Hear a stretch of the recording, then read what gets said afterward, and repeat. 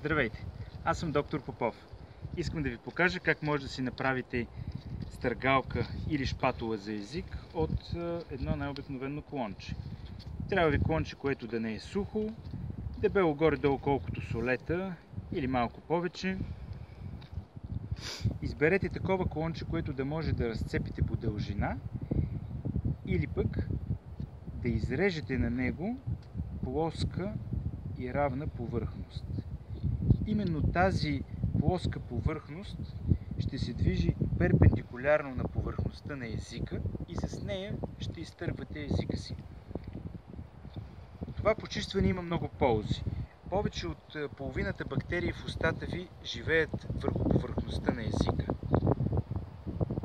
Ако имате чист език, ще усещате вкусовете на храната си много по-добре и устата ви ще бъде определено по-свежа. Когато сте направили равна повърхност на клончето, внимателно го огъвате с плоската страна навътре. В този момент разбирате дали сте избрали подходящо клонче, защото ако се счупи, трябва да започнете от начало. И така, шпатулата е вече готова.